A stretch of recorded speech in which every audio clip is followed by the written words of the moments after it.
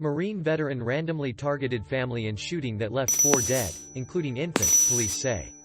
Lakeland, Florida. Miguel Rivera, 50, said he was awakened at 4 a.m. Sunday by someone banging on his back sliding glass door. I was kind of scared. I was thinking, who could be knocking on my glass door? Rivera said. I just didn't open the door. I stood there waiting to see if they would knock again. About 20 minutes later, he heard gunshots coming from behind his home. He called 911. Once Polk County Sheriff's deputies arrived several minutes later, a shootout began. What Rivera heard was a man police say was 33-year-old Bryan James Riley, a U.S. Marine veteran, breaking into the home across a wooded lot and randomly killing 4 members of the same family: Justice Gleason, 40, his girlfriend Theresa Lanham, 33, the couple's 3-month-old son, and Lanham's mother, 62-year-old Cathy Delgado. Delgado was found in a small home behind the main house. Gleason and Lanham were found in the main house, with Lanham holding the baby. The Polk County Sheriff's Office released Gleason's name. The Ledger, part of the USA Today network, confirmed the names of Lanham and her mother through Facebook. Riley, who served tours of duty in Iraq and Afghanistan, is charged with 4 counts of first-degree murder, 1 count of attempted murder and 7 counts of attempted murder on a law enforcement officer. According to affidavit, he admitted everything to investigators and said he didn't know the victims. A judge ruled Monday he will be held without bail. Meanwhile, investigators on Monday were still gathering evidence inside and outside the home. Riley's truck, which was on fire when police arrived early Sunday, remained to the left side of the single-story, white cinder block house. Belongings that appeared to have been gathered from the carport and front porch, including a bench and chairs, were still piled in front of the front door. Investigators say Riley also shot Lanham's 11-year-old daughter multiple times. She was rushed to Tampa General Hospital for surgery, where she was in critical but stable condition Monday, sheriff's officials said. According to the arrest affidavit, the girl told investigators that Riley entered their home and asked for Amber, and then shot everyone inside, including the family's shepherd Diogi. Suspect had no connection to family, authorities say. Polk County Sheriff Grady Judd said Sunday that Riley had zero connection to the family and that Riley told investigators that he chose the family because God told him a girl at the house named Amber was going to kill herself. It began with an incident Saturday evening, when Riley spotted Gleason mowing his yard, pulled up in his truck, and told Gleason that God wanted him to speak to Amber. Judd said that Gleason told Riley and Amber did not live at the house and that he'd call police if Riley didn't leave. The family called 911, and Judd said a deputy spent about 20 minutes looking for Riley, but he was gone. Judd said that Riley then went to his home in Brandon, Florida, and told his fiancée that God was telling him to talk to Amber.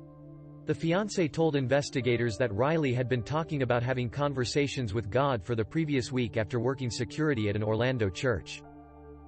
His fiancée said they had an argument and he locked himself in a room. When she woke up, he was gone. Judd said the fiancé, whose name was not released, is cooperating with investigators. Riley returned to the home in the early morning hours Sunday and the first 911 calls started coming in at 4:23 a.m., with neighbors telling emergency operators that there had been a shooting. A neighbor's backyard security camera picked up the moment gunfire is first heard. Lieutenant Dwayne Tompkins, a 17-year veteran with the Polk County Sheriff's Office, arrived at the house first and found the suspect's truck on fire. Glow sticks lined the path from the road to the house and to another home behind the main residence. Tompkins heard popping sounds coming from the truck and then saw a figure in the front yard, wearing camouflage. He looked as if he was ready to engage us all in an active shooter situation, but we didn't see a firearm, Judd said. It appeared that he had bulletproof vests on and he immediately ran back into this house. We didn't know who he was. Tompkins then heard another volley and a woman scream and a baby whimper, Judd said. According to the arrest affidavit, that is when Riley shot Gleason, Lanham, the baby and the 11-year-old.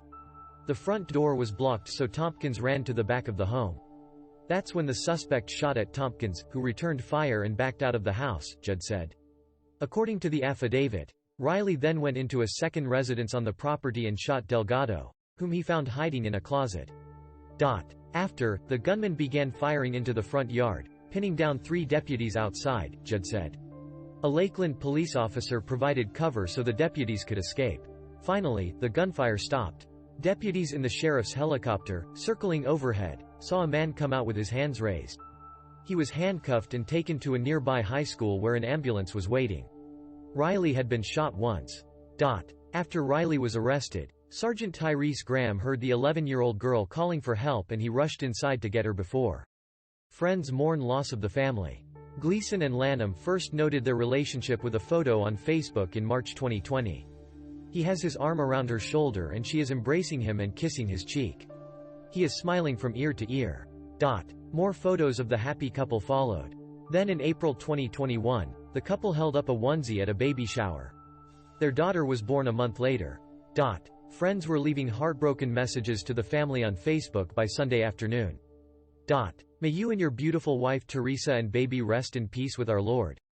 You will be missed. Carolyn Chistjan wrote, "You were such a good man and friend to everyone. Praying God comforts your family and everyone that knew you all." Pansy Mincy Smith told the Ledger that she had gone to school with Gleason's father, Joe, who died several years ago. Rip Justice Gleason. "The last time I saw you, you were getting on the elevator at the hospital," Smith wrote on Facebook. "You were smiling from ear to ear about your new little baby boy. You had that big teddy bear for him. This is so heartbreaking, son." State Attorney Brian Haas was on hand for 2 press conferences Sunday, noting that the family and the community are victims of this shooting. "The big question I have on my mind is, why?" Haas said. "It's so frustrating that we will not know the why today."